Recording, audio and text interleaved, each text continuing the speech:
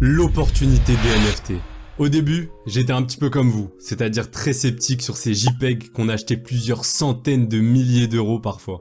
Mais en m'y intéressant un peu plus, j'ai compris qu'il y avait une réelle valeur ajoutée, c'est ce que nous allons voir dans cette vidéo. Et pour présenter ça, je ne suis pas seul, je suis avec Edgar Cryptomafia, un créateur de contenu spécialisé dans les NFT. Salut à toi Edgar. Salut tout le monde, salut Ryan. Alors dans cette vidéo, dans un premier temps, nous allons voir si les NFT présentent une réelle utilité, puis nous allons voir si cela représente une réelle opportunité, et pour finir, Edgar nous présentera 3 projets NFT qu'il juge extrêmement intéressants et qui pourront potentiellement rapporter un gros profit. Alors installez-vous bien parce que ça va être super intéressant. Sans plus attendre, c'est parti. Alors Edgar, je te laisse la parole pour nous parler un petit peu de cette opportunité des NFT. Donc les NFT, ça a une très mauvaise image en général auprès du grand public et même auprès des gens qui sont dans le milieu du Web3. Pourquoi? Parce qu'on a eu énormément de scams et on a eu des ventes records avec par exemple les Bored Ape qui se vendaient à plus de 300 000 $ et qui aujourd'hui par exemple ne valent plus que 60 000 $.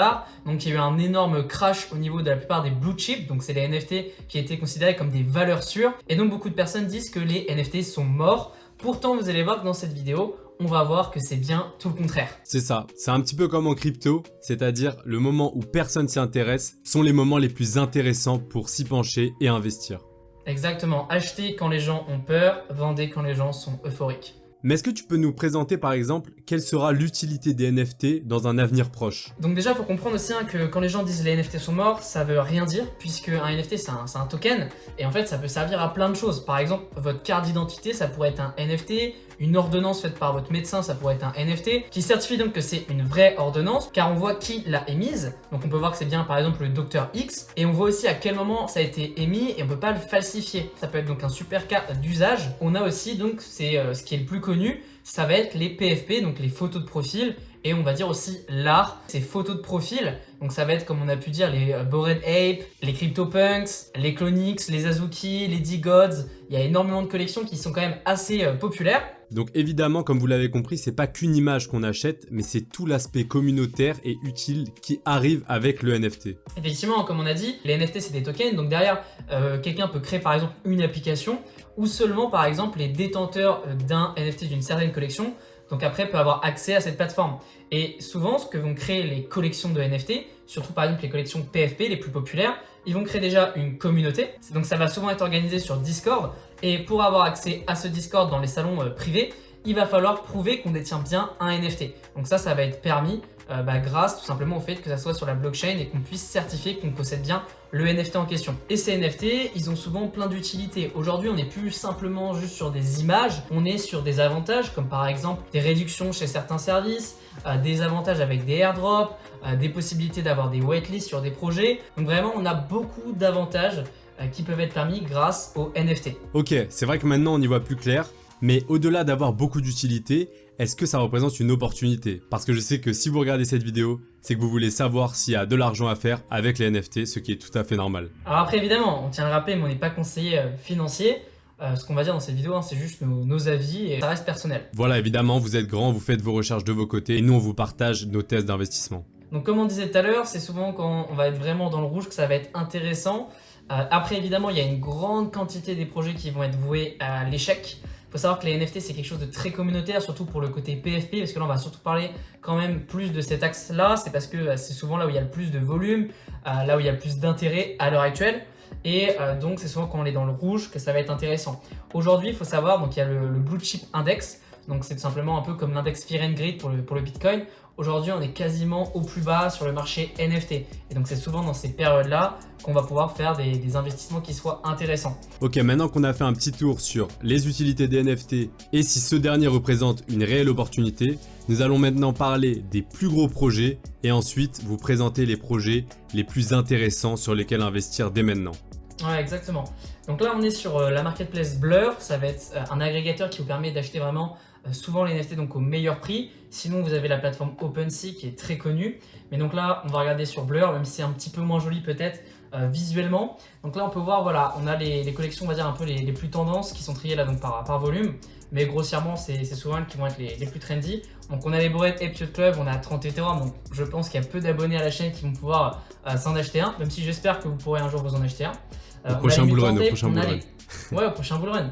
Donc après en collection un peu intéressante, donc qu'on va pouvoir citer, vous connaissez pas forcément, on va avoir donc les Clonix, donc ça c'est une collection qui a été lancée par Artefact, c'est un studio qui a été racheté par Nike.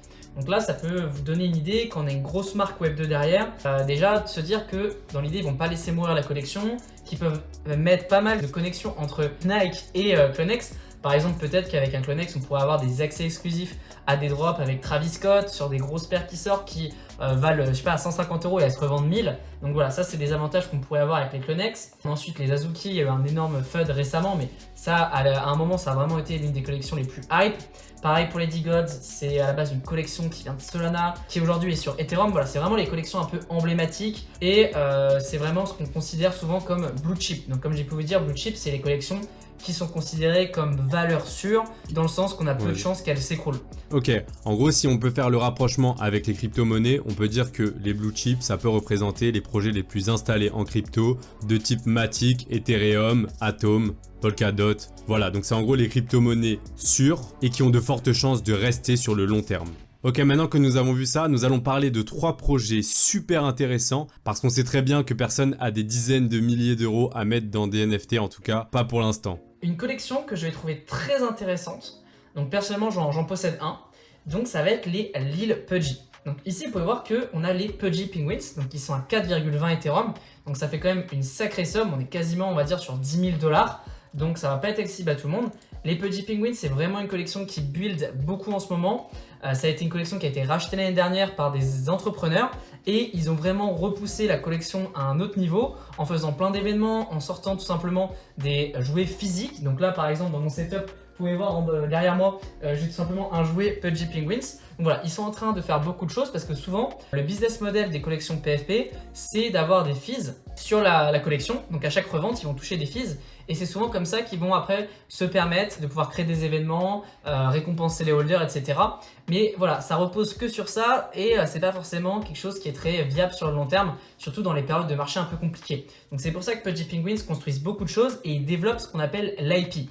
L'IP, c'est tout simplement l'image de marque, c'est la marque en fait derrière. Et comme j'ai dit, ils sortent des jouets, ils sont sur les réseaux sociaux, sur TikTok, Instagram, c'est vraiment une des communautés les plus suivies par des gens du Web 2. Ils sortent des petites vidéos mignonnes avec des pingouins et les gens s'abonnent au compte sans savoir derrière que c'est une collection NFT.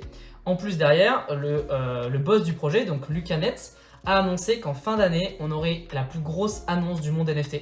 Donc on ne sait pas ce que c'est, est-ce que voilà, c'est que du teasing? On ne sait pas, mais en tout cas, je trouve ça intéressant. Peut-être un film, sachant qu'ils ont signé avec une agence qui gère les partenariats avec l'industrie cinématographique.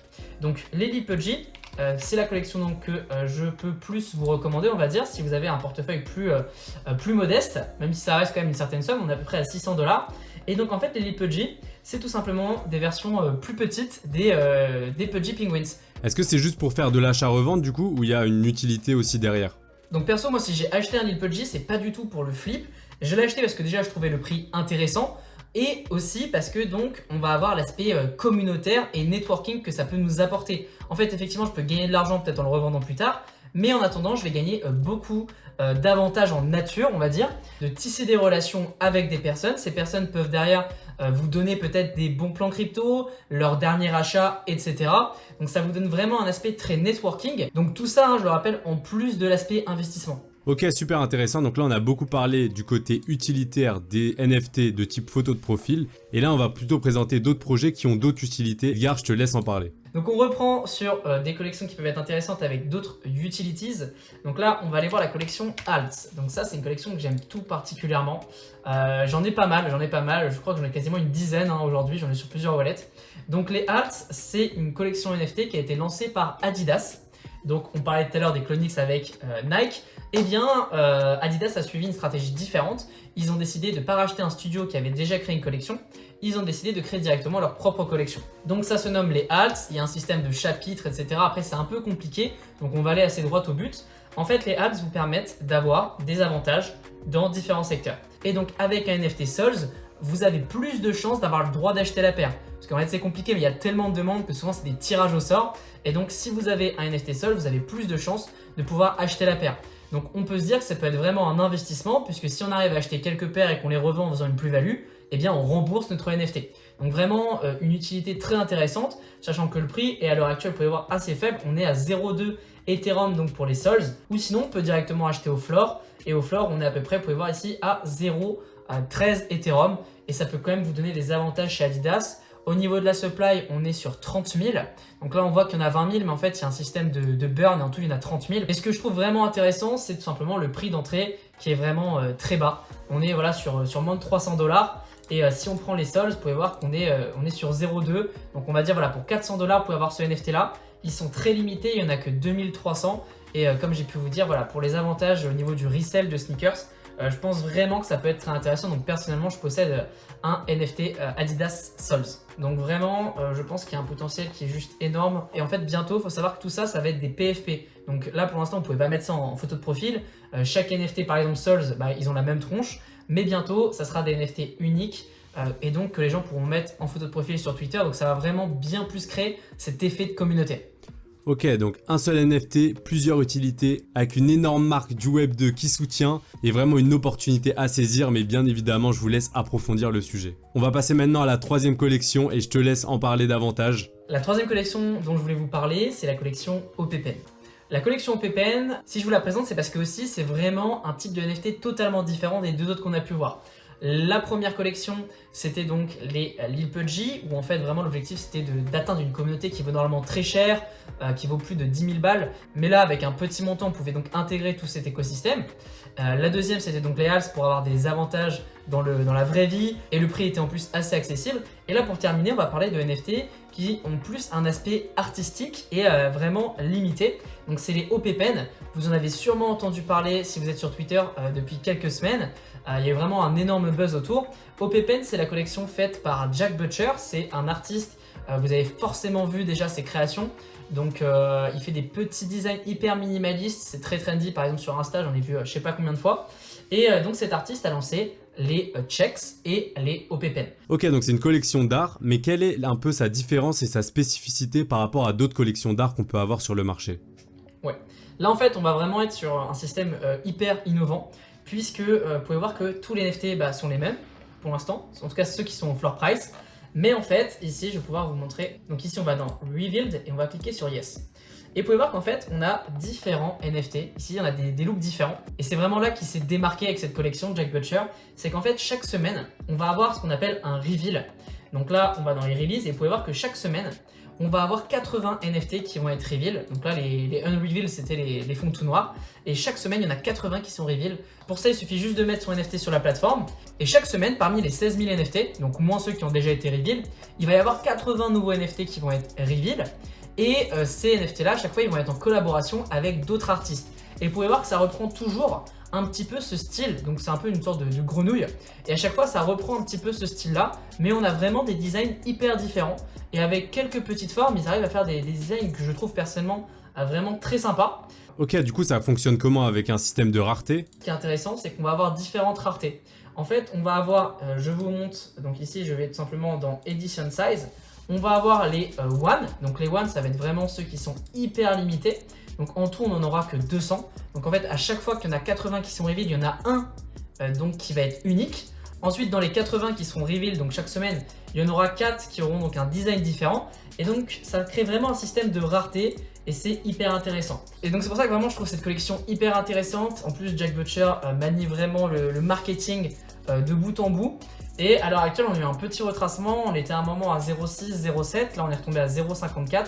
Donc je trouve que c'est un prix plutôt intéressant. En ce moment, je regarde pour en acheter un, pour acheter mon premier OPPN. En plus, le système de drop chaque semaine permet de garder une hype, mais vraiment sur le long terme, comparé à une collection d'art qui pourrait faire juste un largage une fois, et après, voilà, la hype continue de baisser. Mais là, comme c'est quasiment chaque semaine qu'on a un nouveau drop, eh bien la hype, elle reste assez stable. Ok, donc merci beaucoup Edgar. On a présenté 3 projets complètement différents, avec chacun beaucoup de potentiel. Je pense qu'on va s'arrêter là. On vous laissera faire les recherches de votre côté et potentiellement entrer dans l'une de ces collections. Quoi qu'il en soit, merci beaucoup Edgar d'avoir participé à cette vidéo. Avec plaisir.